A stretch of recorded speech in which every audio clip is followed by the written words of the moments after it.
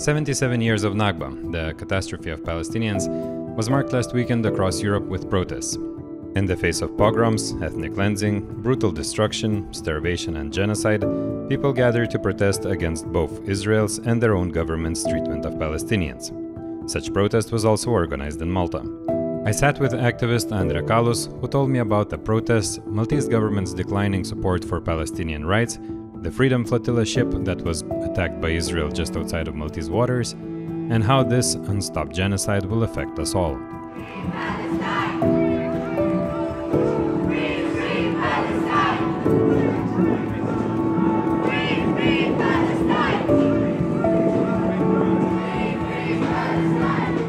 So can you briefly tell me first what was the protest about on Saturday? Okay, so on Saturday we did a protest in Malta, like have happened in many different countries all over the world, to remember the Nakba. But of course it wasn't just about that. The Nakba, this catastrophe for the Palestinians, it wasn't something that just happened in 1948. It was, and it is, ongoing.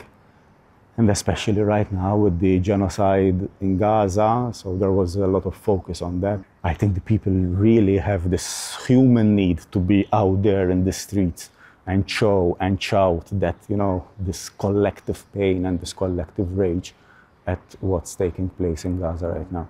Free, free Palestine! Free, free Palestine! Protests in solidarity with Palestine have been happening in Malta since ever.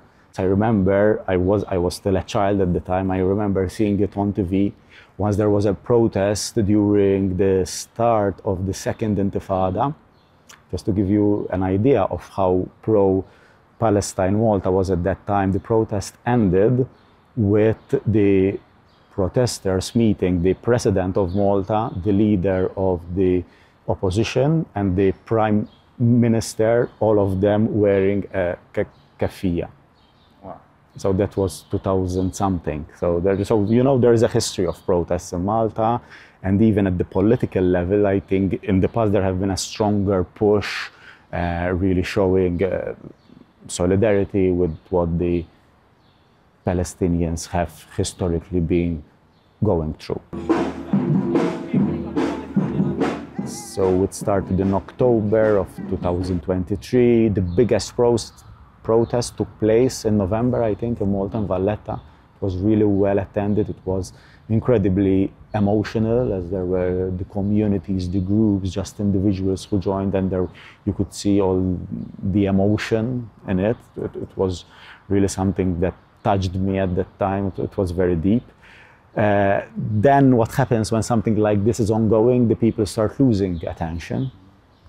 And unfortunately, it's very difficult to keep the momentum and to keep protesting and to keep having hundreds in the streets. We are always on your side! We are always on your side! We are always on your side! We are always on your side! Free, free Palestine! Free, free Palestine! What is it different about Malta that, you know, in Europe we have countries like maybe Spain, Ireland, and, you know, few others who actually are more vocal about the situation? I know you have a lot of criticism, but maybe it's not that bad compared to Germany, you know? No, compared to Germany, I mean, it is difficult. I mean, Germany has really gone full fascist mode in repressing all forms of solidarity, and it's really shameful what Germany is doing. And so in Malta there are two political parties that get most of the votes, and they are the two political parties represented in parliament. And up to a decade or two ago, they had quite a strong stand in favor of the rights of Palestinians. And I think that had partly to do with us being a colonized country until 1964.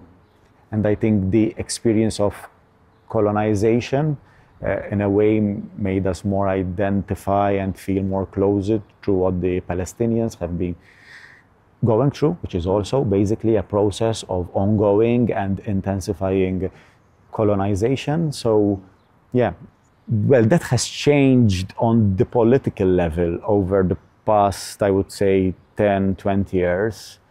the political parties, both of them, have become much more neutral in their approach. They have been much more resting on saying that we need a European approach, and Malta not really taking a strong stance towards this issue.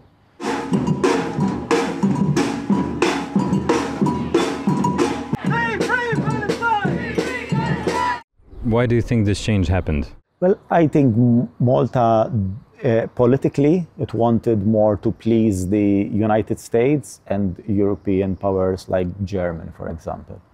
So Malta has historically, especially it's something developed in the 70s and 80s, an active neutral stance. So it is in the constitution of Malta that is a neutral country, but in a positive way. It's active, so it has to strive for peace, to fight in favor of rights. Not just do nothing. Not just do nothing at all. No, actually, the constitution of Malta says Malta should be an active player for peace. When we talk about neutrality, it's about a military neutrality, so that Malta shouldn't be aligned with a military bloc, which is something very good, I mean, for us as a country. Not that it shouldn't be taking a political position if there is an injustice ongoing somewhere. But that also has allowed Malta to take quite an independent political stance over the years. Over the past decade or two, I mean, the Maltese political direction has taken more of a turn of trying to be in the good books of the United States, of the European Union and European powers like Germany. So this makes it have a timid voice, if any voice at all. So maybe you can tell us what happened with the Freedom Flotilla, maybe what it is first, very briefly, and then what happened with the ship Conscience. Yeah, so because I think it illustrates very well what we were saying about the position of Malta, of the government of Malta. So the Freedom Flotilla is something that has existed since many years. It's not something we are involved in as Moviment Graffitti. It is an international collective of different individuals who try to bring in humanitarian aid to Gaza. Gaza has been, not just for the past 1 year and 7 months, has been for 17 years under blockade from Israel, so the only certain aid and limited aid could come in and out only if it is allowed by Israel. And they have been trying to break the siege by having humanitarian aid and activists on ships that sail to Gaza and try to reach Gaza. In 2010, 9 of their activists were killed on a ship that was going to Gaza that was stormed by Israel, and they were shot point blank, most of them. So, I mean, there is quite a brutal history there too. And we have been collaborating with them for the past year to assist in this humanitarian mission to Gaza, through which Malta would also have a role, not only Malta, but there would be aid and activists in Malta who would get collected from Malta by one of their ships, who would then sail to Gaza. And that was planned for May, for the beginning of May this year. There was the aid, there were the activists that were here in Malta, there was the ship Conscience that was just outside Maltese territorial waters that was waiting to pick up the activists and the aid. On the 2nd of May, and I received a phone call at 3 in the morning, and the person who from the flotilla who was here in Malta told me, look, we're being attacked right now at sea. There are drones that shot at the ship, and the ship caught fire. There's fire. We're struggling to get the rescue. I mean, I was completely shocked by this.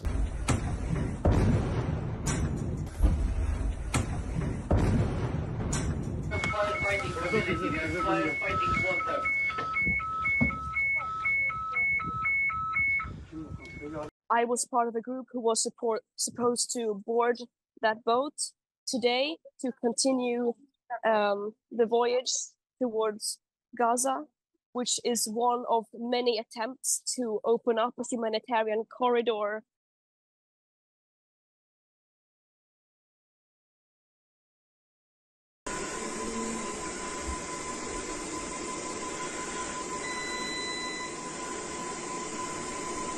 And then the Maltese government started being very dishonest and ambiguous about all this. It said it wanted to give assistance, but in reality it was not giving assistance. It's also kind of spreading in the media some rumors that there might be weapons on board, or we're not sure about actually this is a mission to Gaza, when it was clear, the conscience, everyone knows what ship is this, that it is of the Gaza Freedom Flotilla, that was the mission of that ship. You know, they started, however, introducing all these rumors and doubts. And our first demand was that the conscience is let into Malta to be repaired here. And everyone was saying, because it doesn't have a flag, but the deflagging of the ship was part of the attack. So this conscience had the Palau flag of the country, Palau, and it was deflagged just a few hours, it was attacked. So the deflagging part was part of the attack on it. You know, it was a coordinated thing. So when the drones attacked the ship, they actually attacked a ship without a flag. So even that was very dishonest from the government of Malta, say we cannot bring it in because it doesn't have a flag, because it not having a flag was part of the attack.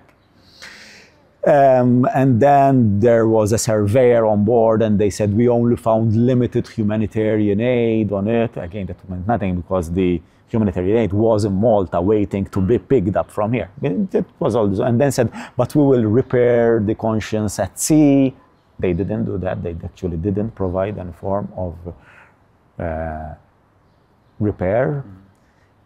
And but for me now, from the perspective of a Maltese, what was really shocking was this reluctancy. Actually, it never happened in any form to condemn what happened. And I think I find that really dangerous. The fact that Israel attacked a humanitarian ship on our doorstep, and there is silence from government, from the European Union. But I mean, if the European Union was silent in front of something like that, I would expect the Maltese government to go in front of the European Union and force them actually to take a stand, because this was an attack that happened on our doorstep. But no, it didn't even condemn it itself. The Maltese government didn't condemn this. And there is no doubt that Israel carried out this attack. Again, part of the story is this.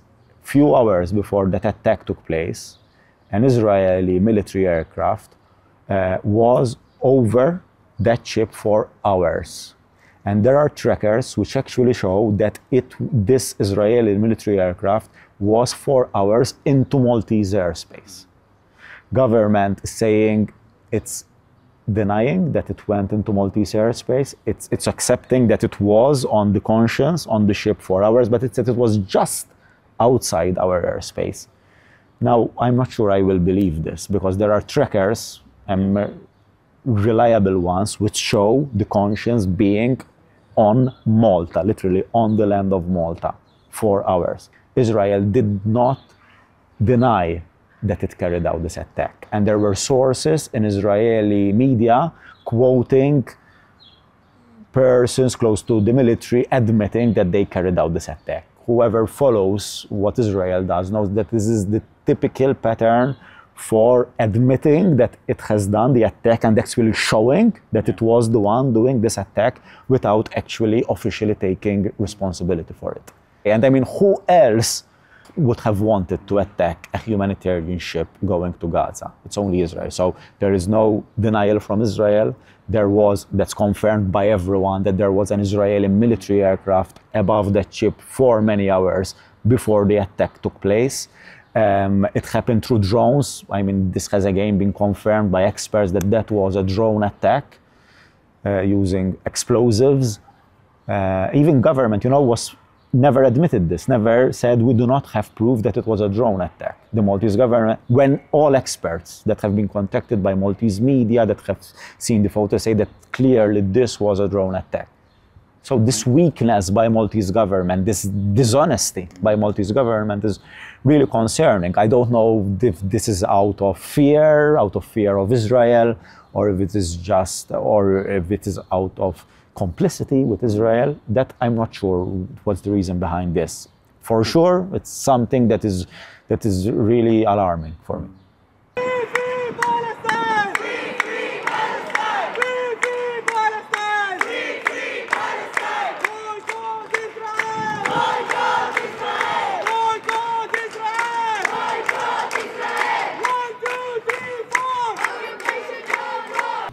what is it that you would, would be the one thing that you want the government to do now? Let's say what, and also maybe something that is imaginable for you, not going, ballistic and sending out the diplomats, but that's something achievable and something that you would like Maltese government to do.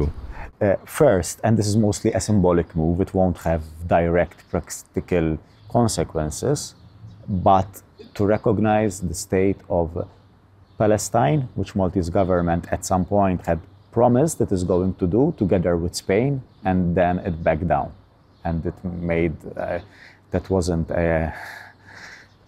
it really made kind of a fool of itself, the government, because it promised that it was going to recognize the state of Palestine in a few weeks, and then it did not.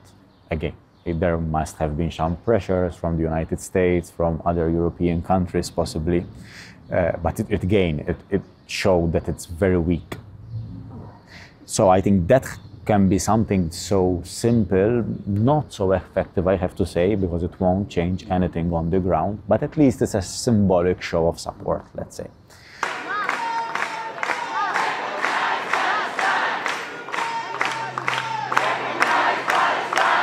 The other is we want the Maltese government to start having a strong position on sanctions in different ways. For example, when it comes to the maritime sector, Malta gives its flag to a lot of vessels. So this is a big thing. The Maltese flag is on many vessels around the world. Some of those vessels transport military fuel to Israel, for example. So Malta should start by deflagging all ships that are in any way responsible for carrying weapons to Israel. So that's something that Malta could do and should do immediately, and that could have actually some practical effect.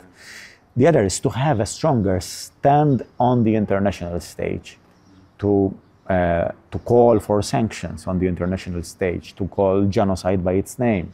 Has never, the foreign minister in Malta has never had the courage to call this a genocide. I mean, yeah, of course, Malta is a small country. It is limited what it can do. No one is under some illusion that we can unilaterally change the situation, but it can do much more that it is not doing right now. milli nistaw u naf li miljuni ta' nies fid-dinja qegħdin fit-toroq qegħdin jagħmlu dak kollu During the protest, you spoke in Maltese, so I didn't understand. But then afterwards, I read that you stressed the message that what's happening now in Palestine, in Gaza mostly, is something that will affect all of us everywhere. Can you explain a bit on what do you mean with that?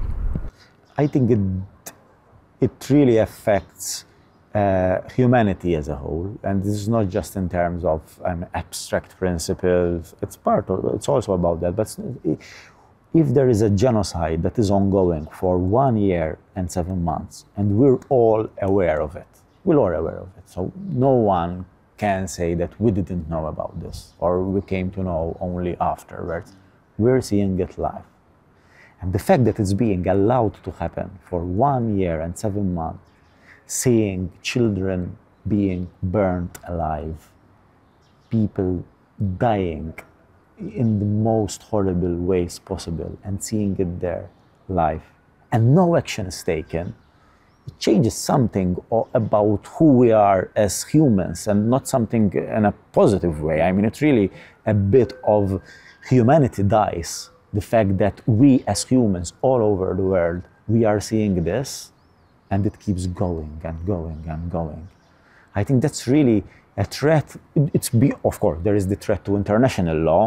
I mean, Israel has been flouting that for 77 years, and it became so blatant in the last year and 7 months. So right now it's difficult to say that there is actually the existence of any international laws.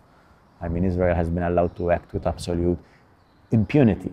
How can, for example, Europe now go on any stage and say that it upholds human rights and international law when it is still complicit with a state that is so shamelessly breaking international law in all ways. So there are those political ramifications too. Now, I mean, this has completely weakened even the concept of international law.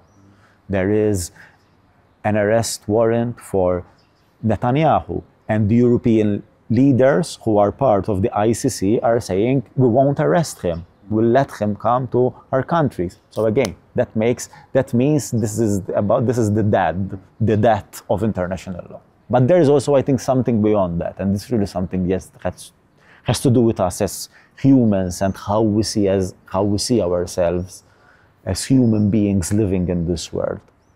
Because I think there is something, a part of us that dies when something so atrocious has been happening for so long and it's almost being normalized in a way.